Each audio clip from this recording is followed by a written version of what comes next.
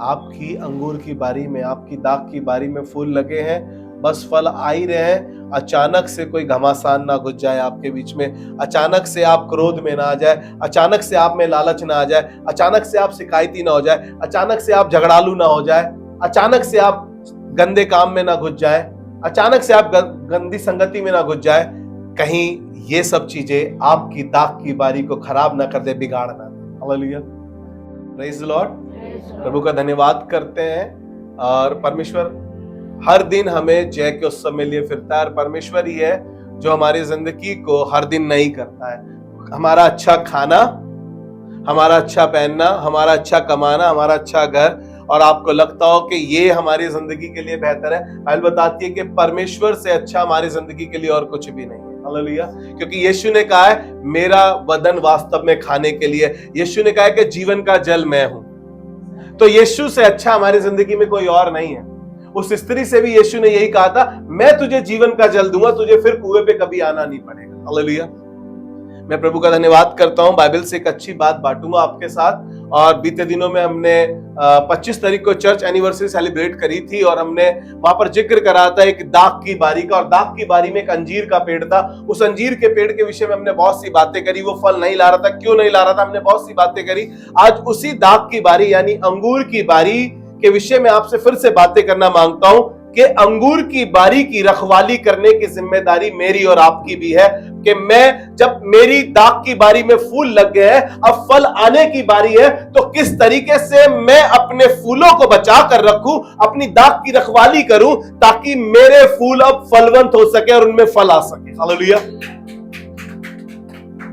कई बार आपने खेतों में आपने देखा होगा कि फूल तो आए हैं पेड़ों में, आपने देखा होगा कि फूल तो आए, आम के पेड़ में फूल आ रहे थे, लेकिन आम, क्योंकि वहां पर कोई उसमें पानी डालने वाला, उसमें खाद डालने वाला, उसकी रखवाली करने वाला नहीं था। लेकिन परमेश्वर के कलाम से एक बात करूंगा, आज आपको सुबह ये वर्स मिली होगी चर्च ग्रुप में, और इस बाइबल वर्स से मैं आपसे बात करना मांगता हूं थोड़ी देर। और श्रेष्ठ गीत उसका पहला अध्याय, छोटी छोटी लोमड़ियां तुम्हारी दाख की बारी को खराब ना कर दे। Praise the Lord. छोटी छोटी लोमड़ियां कहीं तुम्हारी दाख की बारी को बिगाड़ ना दे, उन्हें पकड़ लो, क्योंकि हमारी दाख की बारी में अब फूल लगे हैं। Praise the Lord. क्या लगे हमारी दाख की बारी में? फूल लगे हैं। कहीं ये छोटी छोटी लोमड़ियां हमारी दाख की बारी को खराब ना कर दे। देखिए दाख की बारी क्या है? दाख की बारी यानी हमारा आत्मिक जीवन, हमारा जीवन यानी आत्मिक जीवन। और फूल क्या है? हमारा अच्छा समय, और हमारा वो प्रेम, हमारी आशीष, और हमारी उन्नति। जब हम आशीषित हो चुके हैं, जब हम उन्नति कर रहे हैं, जब हम तरक्की कर रहे हैं, जब हमारा बहुत अच्छा समय चल रहा है, कहीं ये छोटी छोटी लोमड़ियां आकर हमारी दाख की बारी को खराब ना कर दे, इसलिए लिखा है। और छोटी छोटी लोमड़ियां क्या है? ध्यान से सुनिएगा, छोटी छोटी लोमड़ियां क्या है? ये पाप है, गुनाह है, गलत आदतें हैं, नकारात्मक सोच है, झगड़ा है, लापरवाही है। इन चीजों की वजह से हमारी क्या हो जाती है? दाख की बारी खराब हो जाती है। और परमेश्वर नहीं चाहता कि हमारी बारी में अब जब फूल लगे ये दाख की बारी खराब हो जाए। आप बहुत अच्छे से चर्च आ रहे थे, बहुत अच्छे से चर्च आ रहे थे, ना जाने अचानक से क्या हो गया, मुझे नहीं मालूम, खुदा जानता है। आपने एकदम से चर्च आना छोड़ दिया। हो सकता है आपसे कोई पाप हो गया, हो सकता है आपसे कुछ गुनाह हो गया, हो सकता है आप किसी गलत संगति में पड़ गए हो, और आपने सबसे पहले क्या करा? चर्च छोड़ दिया। कहीं तुम्हारी दाख की बारी, बहुत अच्छी उन्नति हो रही थी तुम्हारी, आत्मिक तौर से बहुत बढ़ रहे थे, आत्मिक जीवन तुम्हारा बहुत अच्छा चल रहा था, ना जाने एकदम से क्या हो गया तुम्हारी जिंदगी में, और तुम्हारी दाख की बारी, बस फूल ही थे, वो फूल भी मुरझा गए, फल नहीं ला पाए। हालेलुया। जब हमारा जीवन और हमारी परिस्थितियां बहुत अच्छी चल रही होती है ना, तब क्या होता है? ये छोटी छोटी सी लोमड़ियां, ये छोटी छोटी सी बातें, ये छोटा छोटा सा पाप, ये छोटी छोटी सी गलत आदतें, धीरे धीरे गलत आदतें धीरे धीरे हमारे जीवन को क्या कर देती हैं? खराब कर देती है। जैसा इन चीजों पर मैं बात करूंगा। ये छोटी छोटी लोमड़ियां क्या है? घमंड, ईर्ष्या, गुस्सा, शिकायत, आलस, गलत संगति, झगड़ा और लालच। Praise the Lord. इन छोटी छोटी लोमड़ियों से बचो, ये तुम्हारी दाख की बारी को खराब कर देंगी, और तुम्हारी दाख की बारी खराब हो जाएगी तो कोई भी तुम्हारे अंदर फल नहीं देख पाएगा। और रखवाला जब आएगा, जब स्वामी के सामने खड़े होंगे, तो हम खाली खड़े होंगे और हमारे पास कुछ नहीं होगा।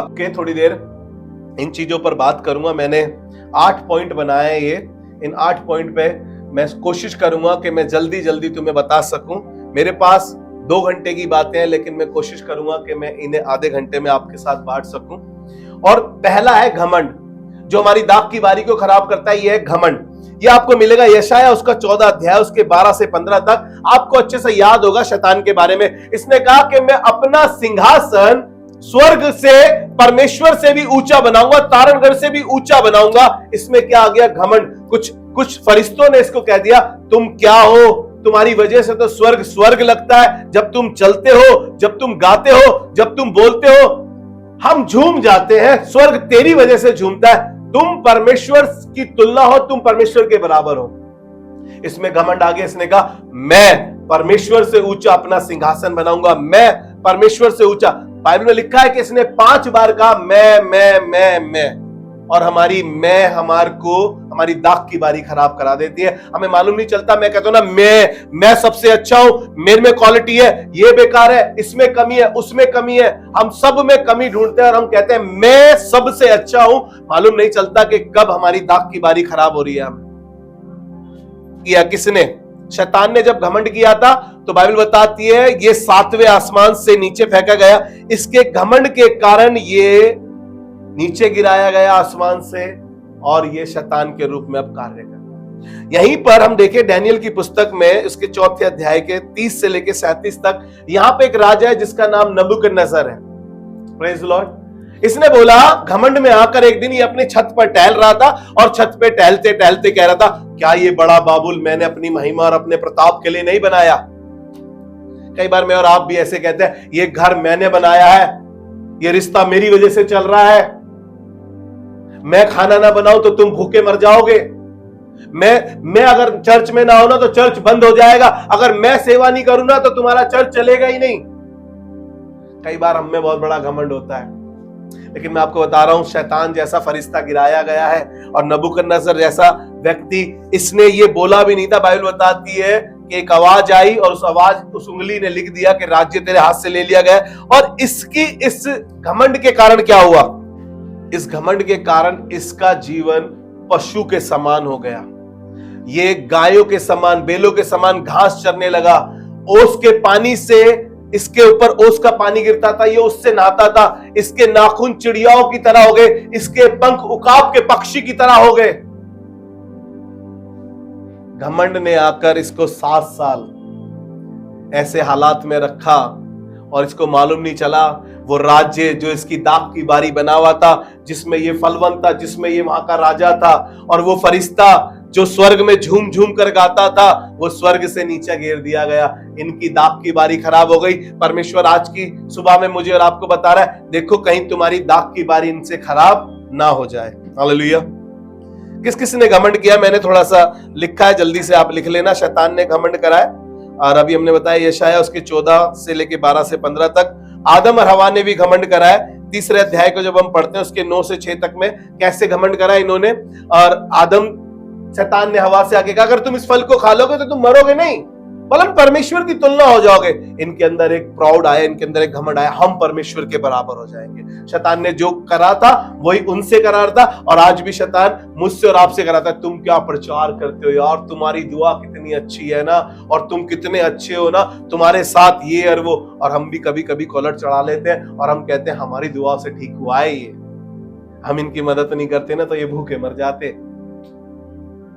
हम में भी घमंड आ जाता है। आसमान के खुदा ने लिखा है, जब तक किसी को आसमान से ना दिया जाए वो कुछ भी प्राप्त नहीं कर सकता। हालेलुया। और किसने घमंड किया? निर्गमन उसका 5वां अध्याय उसके 14 पद में लिखा है, यहोवा कौन है जो मैं उसकी सुनूं? फिर उन्होंने क्या कहा? यहोवा कौन है जो मैं उसकी सुनूं? और बाइबल बताती है कि लाल समुद्र 2 भाग हुआ, और फिरौन और उसकी सेना रथों समेत उस लाल समुद्र में डूब मरे। हालेलुया। नबूकदनेस्सर ने घमंड किया। चलिए दूसरा पॉइंट, ईर्ष्या यानी जलन। हमें बड़ी जलन होती है दूसरों से, दूसरों के घर को देखकर, उनकी गाड़ी को देखकर, उनकी तरक्की को देखकर, उनकी उन्नति को देखकर, है ना, उनकी ड्रेसिस सेंस को देखकर, उनको बढ़ते हुए देखकर। अब चाहे वो स्पिरिचुअली बढ़ रहे हो, चाहे वो दुनियावी तौर से बढ़ रहे हो, उनकी किसी भी तरीके से बढ़ोतरी हो, तो हम पता नहीं क्यों जलते, हमें पता नहीं क्यों ईर्ष्या होती है। और बाइबल में लिखा है, उत्पत्ति उसका 4 अध्याय उसके 3 से 8 पद तक अगर हम पढ़ें, कुछ दिनों के पश्चात कैन यहोवा के पास भूमि की उपज में से, कैन जो था किसान था, भूमि की उपज से कुछ लेकर गया। ऐसा लिखा है कुछ लेकर गया, ध्यान से सुनिएगा, कुछ लेकर गया। और दूसरी बात लिखी है हाबिल भी लेकर गया अपने, वो चरवाहा था, सब भेड़ बकरियों में से पहलौठा लेकर गया। और बाइबल बताती है कि हाबिल की भेंट स्वीकार करी गई और कैन की स्वीकार नहीं करी। बाइबल बताती है कि इसको बड़ा क्रोध आया, बड़ी जलन हुई इसके अंदर, और बाइबल बताती है इसकी जलन ने इसको इस कतार तक पहुंचा दिया कि इसने अपने भाई की हत्या कर दी। कई बार हमारी ये छोटी छोटी सी लोमड़ियां हमें पता नहीं चलती। हमने किसी की बात को सुना, किसी की बुराई को सुना, किसी ने हमसे बोला ये गलत काम कर रहा था, ये गलत चीजें हो रही थी, ये सब हो रहा था, हमने जाकर पूरी दुनिया में ढंडोरा पीट दिया। हम बहुत अच्छे हैं, हमने अपनी दाग की बारी को कैसे खराब कर लिया हमें मालूम ही नहीं चला। हमारे कब उन फूलों को मुरझा गए और उनमें फल भी नहीं आए। लोग दूसरों की उड़ाने में बड़ा इंटरेस्टेड है क्योंकि उन्हें जलन है, किसी तरीके से ये गिर जाए और हम ये कर दें, हम ऐसे कर दें। मैं आपको बता रहा हूं, आपकी दाग की बारी खराब हो सकती है उससे। आपके जो फूल लगे हैं ना वो मुरझा सकते हैं, उनमें कभी फल नहीं आएंगे। अपनी दाग की रखवाली करना मेरा और आपका काम है। शाऊल ने दाऊद से क्या करा? जलन रखी। कैसी जलन रखी? स्त्रियों ने डब बजा बजा कर गीत गाए कि शाऊल ने तो हजारों को लेकिन दाऊद ने लाखों को। बाइबल बताती है, अगर आप पढ़ेंगे, लिख लीजिए, 1 शमूएल उसका 18 अध्याय 6 से 11 तक। बाइबल बताती है कि इसने जलन रखी दाऊद से कि सिर्फ राजगद्दी को छोड़, तुमने उसके लिए और क्या छोड़ा है? जलन करने लगा।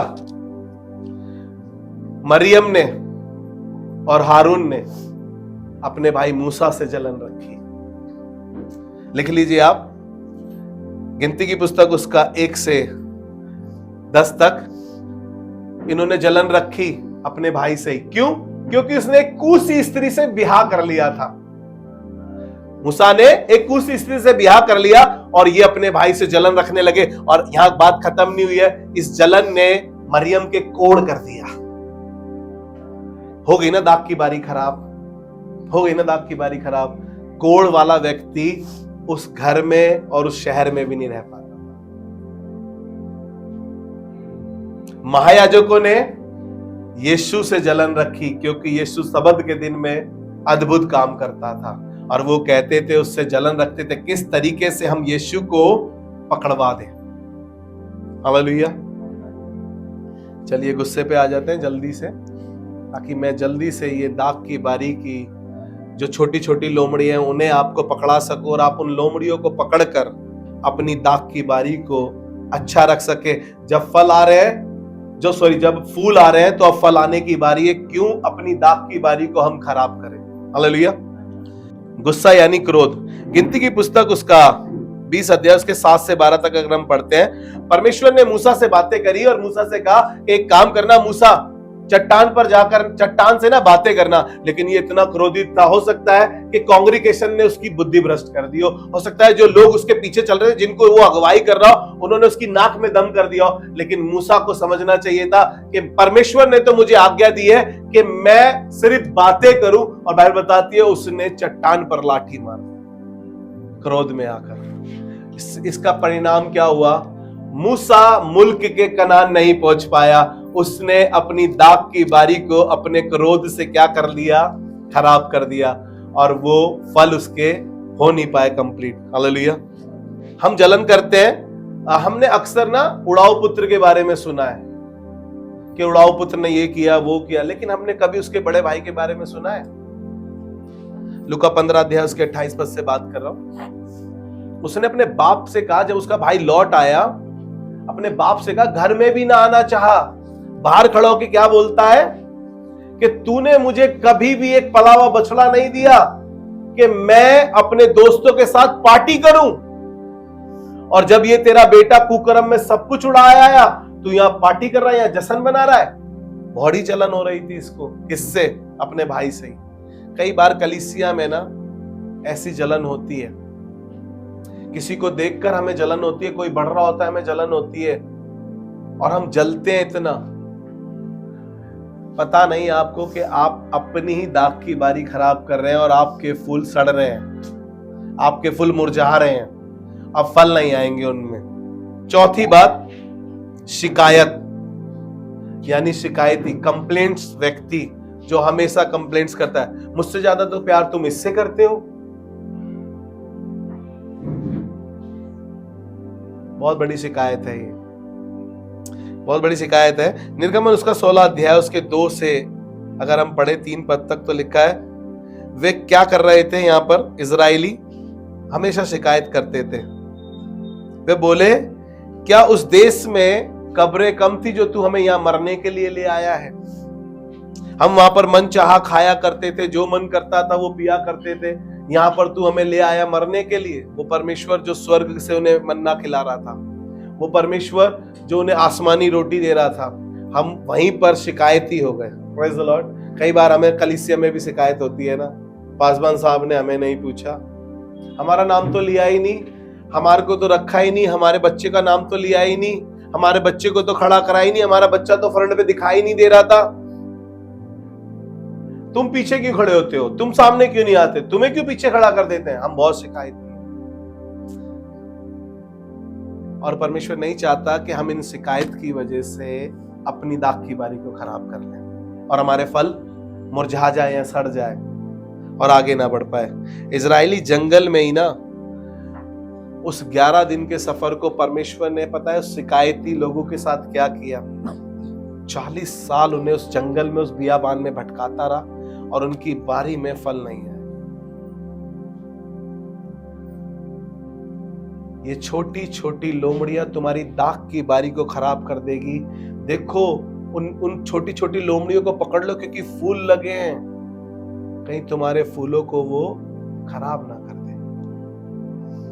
हम नहीं समझ पाते कि हम किसी के घर में बैठकर किसी की शिकायत कर रहे हैं, हमें नहीं मालूम कि हम किसी की गुप्त बातों को दूसरों के सामने जाहिर कर रहे हैं। मैं कल एक बच्चे को समझा रहा था और उस बच्चे को समझा रहा था, हो सकता है उस बहन ने ऐसा किया हो सकता है, मैं मना नहीं कर रहा हूं।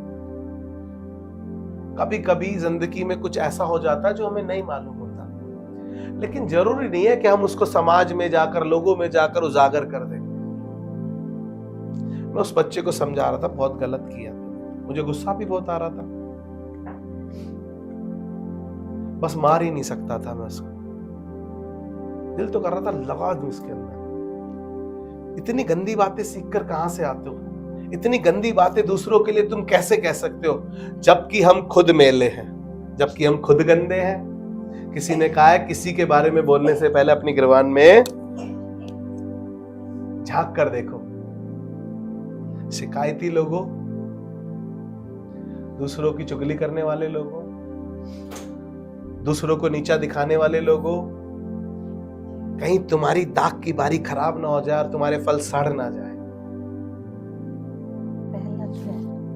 गिनती 14 और उसका पहला पद पढ़िए।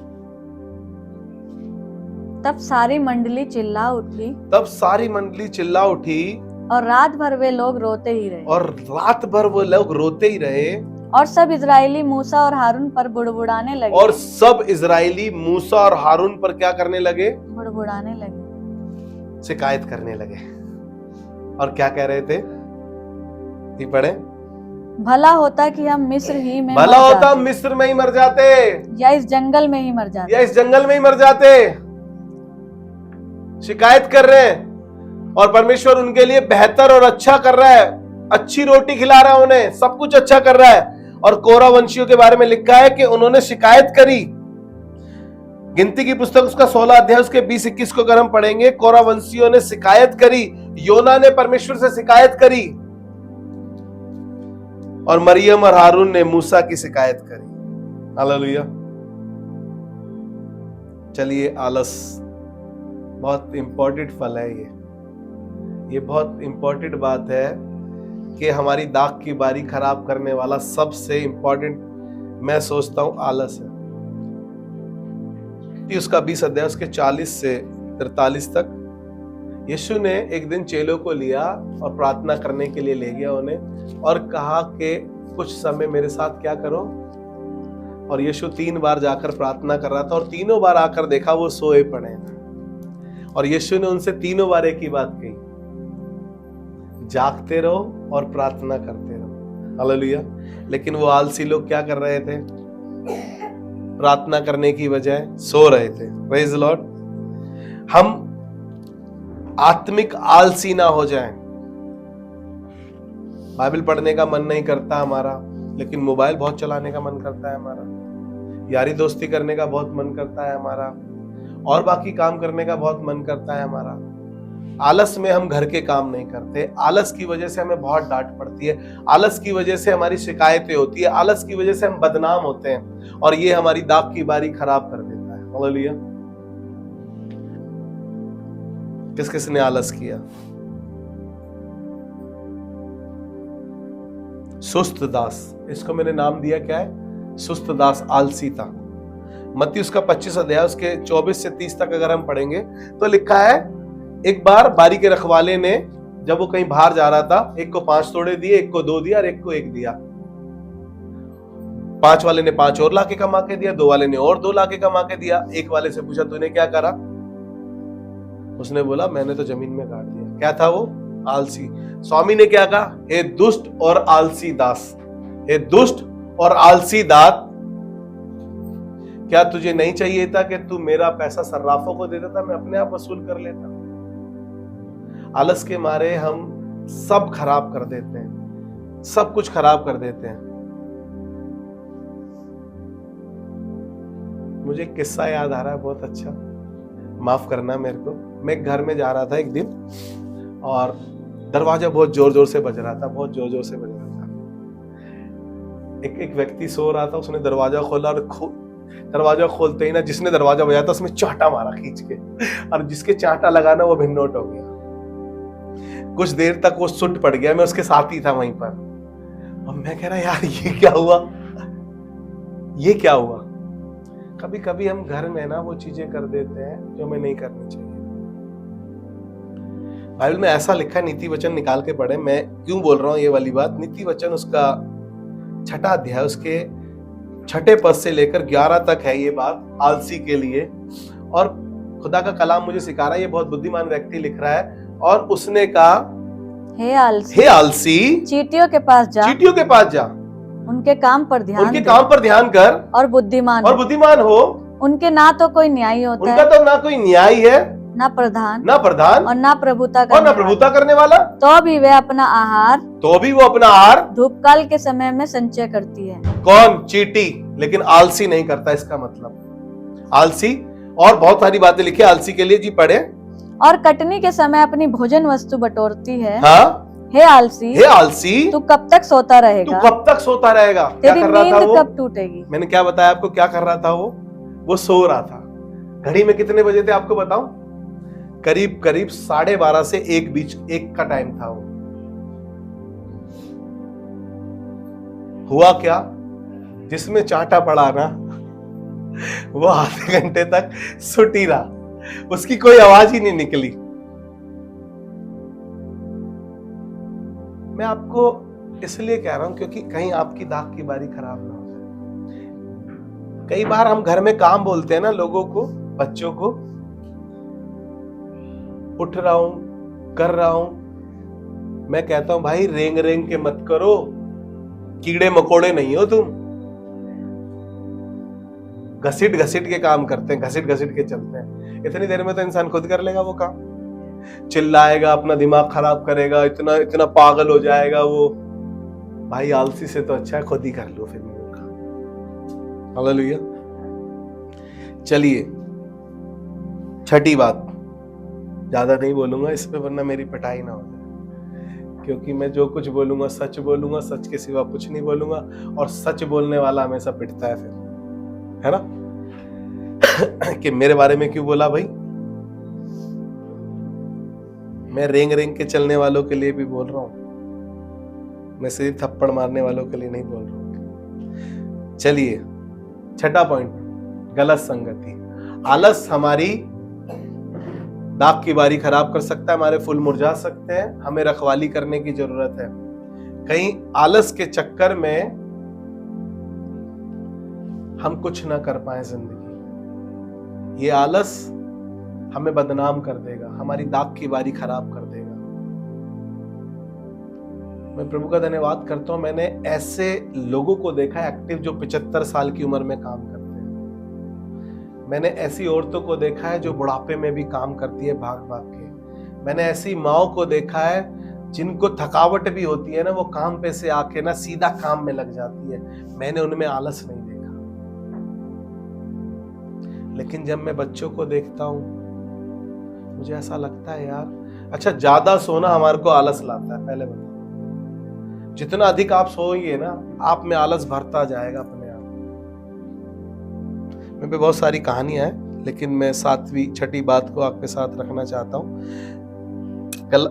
गलत संगति। सुलेमान ने कहा गलत संगति क्या करती है? बाइबल में लिखा है गलत संगति अच्छे चरित्र को बिगाड़ देती है और हमारे ये फल खराब कर देती है। गलत संगति, जैसे मैं भी बता रहा था, हमने किसी की सुनी, किसी ने हमारे को गंदी बात बताई, हमने जाके 4 लोगों को और बता दी, है ना। लेकिन गलत संगति क्या करती है? हमें बिगाड़ देती है। वही सुलेमान जो इस बात को कह रहा है, बहुत अच्छी अच्छी बातें लिखने वाले के लिए आज मैं आपको बताना मांगता हूं। पहला राजा उसका 11 अध्याय उसके 1 से 4 तक आप अपने घर पे उठा के पढ़ लीजिएगा। सुलेमान जो बहुत बुद्धिमान था, जो बहुत समझदार था, जो बहुत ज्ञानवान था, जिसने बहुत नीति वचन लिखे, श्रेष्ठ गीत की बातें लिखी, जिसने कहा कि हवा को पकड़ने के समान है सब कुछ। क्यों कहा उसने? क्योंकि वो खुद इसमें गलत संगति में फंस गया।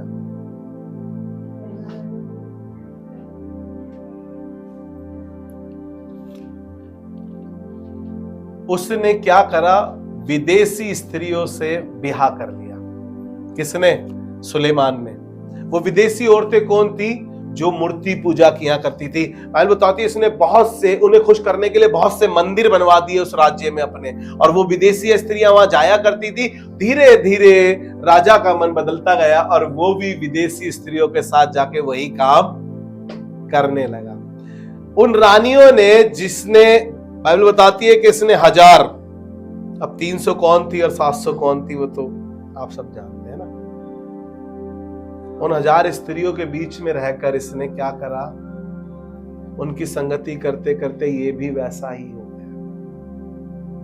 इसलिए जरूरी है चेक करें हम किन लोगों के साथ बैठते हैं। कहीं ये लोग हमारी दाग की बारी को खराब तो नहीं कर देंगे।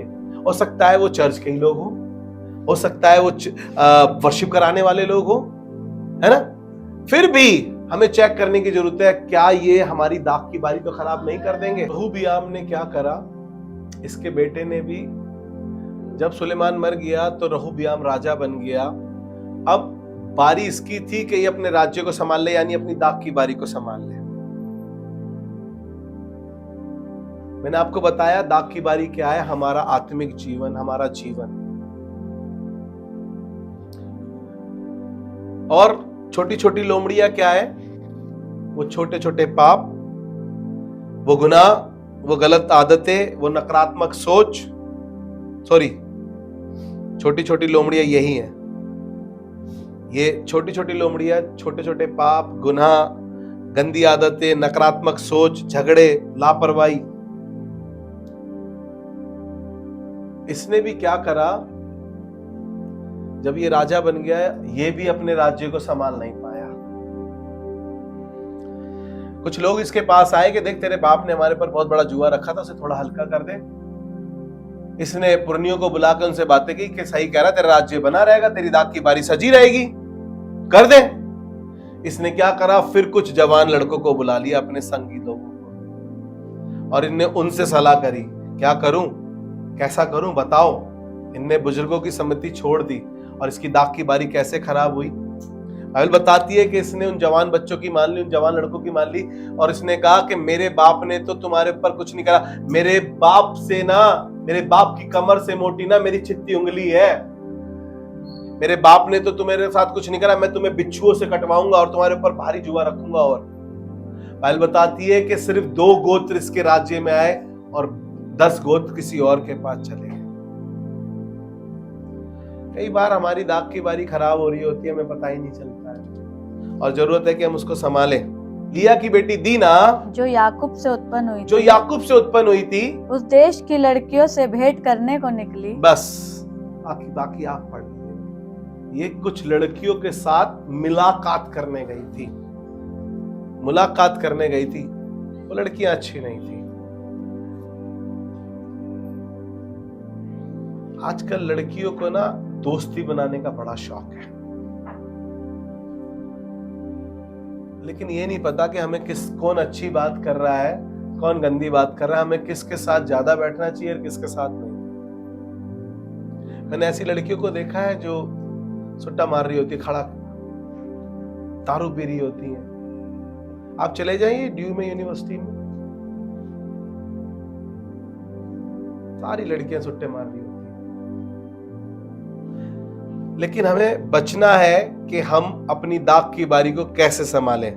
योशापात ने आहाब की संगति करी, बाइबल बताती है कि खराब हो गया सब कुछ। लिख लीजिए दूसरा इतिहास उसका 18 अध्याय, उसके 18 अध्याय के 1 से 3 पद तक। चलिए जल्दी से 7वीं बात करता हूं, झगड़ा। सबसे पहली बात आपको बताता हूं, बाइबल में लिखा है झगड़ालू पत्नी के साथ रहने से अच्छा है इंसान जंगल में, क्योंकि तुम्हारी पत्नी कहीं तुम्हारी दाग की बारी खराब ना कर दे।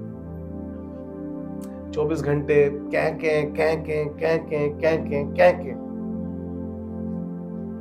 और दूसरी जगह लिखा है झगड़ालू पत्नी के साथ रहने से अच्छा इंसान जंगल में रह ले। खुदा आपने बोला छत पे आराम मिलेगा, जंगल में आराम मिलेगा, घर में आराम नहीं मिलेगा। अगर झगड़ालू हो, माफ करना मुझे, झगड़ा करना छोड़ दो, तुम्हारी दाग की बारी खराब हो जाएगी। यहां पर आकर बोलना अच्छी बात है, अपने घर में जाकर उसी संदर्भ में, उसी रूप में आप दिखाई देते हो, विकराल रूप आपका, और पति को पति नहीं समझती हो, सर दर्द करके रखती हो उसका। अपनी तो दाग की बारी खराब कर रही हो, उसका तो जीवन ही खराब कर दोगे फिर तो। आज लेडी संडे नहीं है, एक हफ्ता पहले था, लेकिन यह झगड़े की बात हो रही है। उत्पत्ति उसका 13 अध्याय, उसके 5 से 9 तक। अब्राहम के चरवाहों में और लूत के चरवाहों में झगड़ा हो गया। अब ये बहुत बढ़ रहे थे, संख्या में बढ़ रहे थे, भूमि में बढ़ रहे थे, पैसे में बढ़ रहे थे, खेती बाड़ी में बढ़ रहे थे, नौकर चाकर बहुत बढ़ रहे थे। इनके नौकर चाकरों में लड़ाइयां हो गई। क्या हो गई? और चाचा भतीजे अलग हो गए। बाइबल पता है नतीजा क्या हुआ? लूत की बीवी नमक का खंभा बन गई, उसकी बेटियां रह गई और वो रह गया, और मुआबी खानदान वहां से पैदा हुआ। मैं बहुत सारी बातें बताऊंगा नहीं, आप समझिए इस बात को। हो गई लूत की दाग की बारी खराब। अब खुदावन मुआबियों को खुश नहीं होता मुआबियों से, लेकिन वहां पर एक स्त्री निकली थी जिससे यीशु का खानदान, जिस खानदान से यीशु हुआ। लेकिन आपको बता रहा हूं कि आपकी दाग की बारी खराब हो जाएगी अगर आप झगड़ा कर रहे हैं अपने घर में। आपके घर में आराधना कम और झगड़ा ज्यादा हो रहा है, आपके घर में नेगेटिव बातें ज्यादा हो रही है, आराधना कम हो रही है, आपके घर में बाइबल स्टडी कम हो रही है, और आपके घर में संग्राम, युद्ध, महाभारत, जो भी आप समझ लीजिए। बेटी मां से लड़ रही है, बेटा बाप से लड़ रहा है, बहू सास से लड़ रही है, ननंद भाभी से लड़ रही है। यही चल रहा है घर में। भाई भाई से लड़ रहा है। कहना राबिन ने लड़ाई तो करी थी, यही तो हुआ उनके साथ, मार डाला अपने भाई को उसने। और हर इंसान लालची है, जब तक उसे कुछ मिलता नहीं वो कुछ करता नहीं। चाहे वो घर में बेटी हो बेटा हो, जब तक कुछ करोगे नहीं उनके लिए तब तक वो लालच में ही रहेंगे। मैं जल्दी से आपको लालच पे ले आता हूं ताकि आप लालची ना बने और आपकी दाग की बारी खराब ना हो। ये छोटी छोटी सी लोमड़ियां आपकी दाग की बारी को खराब कर देंगे। इन्हें पकड़ लो, क्योंकि फूल लगे हैं। कहीं ये फूलों को फल में लाने, तब्दील होने नहीं देना चाहती ये लोमड़ियां। और ये लोमड़ी एक लालच भी है। कौन सा है ये लालच? यहूदा इस्करियोती सबसे बड़ा एग्जाम्पल है, सबसे बड़ा एग्जाम्पल है। यहूदा इस्करियोती लालची था और इसने 30 चांदी के सिक्कों में यीशु मसीह को बेच दिया। और क्या करा नतीजा? सुसाइड करी इसने। जब इसको पता चला कि मैंने धर्मी को, निर्दोष को पकड़वा दिया है, जब इसको पता चला तो इसने अपने आप को खत्म कर लिया। लालच हमारी दाग की बारी को ऐसे बिगाड़ देगा, ऐसे खराब कर देगा, हम समझ नहीं पाएंगे कि हमारी दाग की बारी में क्यों फल नहीं आए, क्यों हमें दिखाई नहीं दे रहे वो फल। लिख लीजिए मत्ती रचित सुसमाचार उसका 26 अध्याय 14 से 16 तक। इसने 30 चांदी के सिक्के में यीशु मसीह को बेच दिया।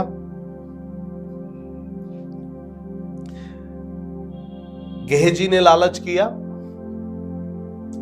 एलिशा ने तो उसको जाने दिया, लेकिन गेहजी ने कहा कि मेरे स्वामी के यहां कोई आया है, कुछ भविष्यद्वक्ता आए हैं, कुछ कुड़ते और कुछ किनकार मुझे दे दे। उसने लालच किया और बाइबल बताती है उसके लालच ने उसके माथे पर कोड़ कर दिया। और बाइबल बताती है जब तक वो मरा नहीं उसके माथे पे कोड़ रहा। ये लालच आपकी दाग की बारी को कितना खराब कर सकता है आप समझ नहीं सकते। और बाइबल बताती है कि तुम प्रभु और धन दोनों की सेवा एक साथ नहीं कर सकते। ये लालच ही तो है जो हमारे को ओवर टाइम के चक्कर में हमारा चर्च छुड़वा देता है ताकि हम ये बातें सीख ना पाए। ये लालच ही तो है। हो सकता है किसी ने आपको संडे को ही खाने पे बुला लिया हो और आपने कहा कि आज तो भाई बढ़िया बढ़िया खाना मिलेगा हमारे को, चर्च तो हम हर हफ्ते जाते हैं, इस हफ्ते नहीं जाएंगे तो कौन सी बड़ी बात है। लालच है ये सब। हम लालच में अपनी दाग की बारी को खराब कर देते हैं। और वो धनी जवान गेहजी के लालच के लिए लिख लीजिए दूसरा राजा उसका 5 अध्याय उसके 20 से 27 तक। एक धनी जवान व्यक्ति था, उसने यीशु मसीह से आकर पूछा, हे उत्तम गुरु, अनंत जीवन पाने के लिए मैं क्या करूं? उसने कहा कि सारा माल बेच के मेरे पीछे हो ले तो तुझे स्वर्ग में क्या मिलेगा? धन मिलेगा। यानी तेरे फल बिल्कुल पके हुए होंगे, तेरी दाग की बारी बिल्कुल सुधरी हुई होगी, तेरी दाग की बारी में कोई ऊट कटार नहीं होगा। लेकिन बाइबल बताती है इतना लालची था, इसके बारे में कुछ नहीं लिखा है। लिखा है ये उदास होकर वहां से चला गया। कई बार लालच में ना हम वो काम नहीं करते जो एक्चुअल में हमें करने हैं। और लालची आदमी जो होता है ना, वो हमेशा लालच के बारे में ही सोचता है, अपने बारे में ही सोचता है, अपनी जेब कैसे भरूं, अपना घर कैसे भरूं, अपने बारे में कैसे, अपने लिए सब अपने लिए सोचता है लालची आदमी। लेकिन जिसकी दाग की बारी में फूल आ जाते हैं ना, वो दूसरे के बारे में सोचना शुरू करता है, वो दूसरे की मदद करना शुरू करता है, वो दूसरे के दुख में खड़ा होना शुरू करता है, वो दूसरे की मुसीबत में दुआ भी करता है और जैसी मदद उसको चाहिए वो वैसी मदद भी करता है। हालेलुया। मत्ती रचित सुसमाचार उसका 19 अध्याय उसके 21 से 22 तक। ये जवान लालची जो था, आप देखिए कहीं हम अपनी दाग की बारी को खराब तो नहीं कर रहे। ये छोटी छोटी सी लोमड़ियां जो आज मैंने आपको बताई है, कहीं ये आपकी दाग की बारी को खराब तो नहीं कर रही है। इसीलिए अपने घर जाकर फिर से जो सुबह वचन मैंने डाला इस पे बातें करें, इस पे दुआ करें आप, और पूछे जैसा इसमें लिखा है, ये छोटी छोटी सी लोमड़ियां दाग की बारियों को बिगाड़ देती है, इन्हें पकड़ लो क्योंकि हमारी दाग की बारी में अब फूल लगे हैं। आपकी अंगूर की बारी में, आपकी दाग की बारी में फूल लगे हैं, बस फल आ ही रहे हैं। अचानक से कोई घमासान ना घुस जाए आपके बीच में, अचानक से आप क्रोध में ना आ जाए, अचानक से आप में लालच ना आ जाए, अचानक से आप शिकायती ना हो जाए, अचानक से आप झगड़ालू ना हो जाए, अचानक से आप गंदे काम में ना घुस जाए, अचानक से आप गंदी संगति में ना घुस जाए। कहीं ये सब चीजें आपकी दाग की बारी को खराब ना कर दे, बिगाड़ ना दे। हालेलुया। आइए हम दुआ करें परमेश्वर से। प्रभु, हम दुआ करते हैं कि खुदावन यीशु मसीह ये छोटी छोटी लोमड़ियां पकड़ने के लिए हमें बुद्धि दे। परमेश्वर प्रभु, हमें समझ दे कि हमारी दाग की बारी खराब ना होने पाए, हमारे फूल खराब ना होने पाए, और प्रभु हम फलवंत होने पाए। हम सबकी मदद कर प्रभु कि हम अपनी दाग की बारी की रखवाली कर सके। प्रभु हमारी सहायता कर प्रभु। यदि तू हमारी सहायता करेगा तो प्रभु हम हमेशा इन छोटी छोटी लोमड़ियों को पकड़ पाएंगे और तेरे राज्य में फलवंत होने पाएंगे। यीशु मसीह के नाम में, और सबने मिलकर बोला आमीन।